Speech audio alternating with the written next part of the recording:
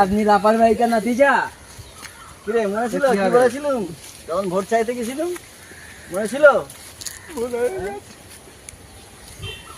এই শাস্তি এখন কম হচ্ছে এবার তো কি কিরে, হবে মনে ছিল কি বলেছিল হ্যাঁ?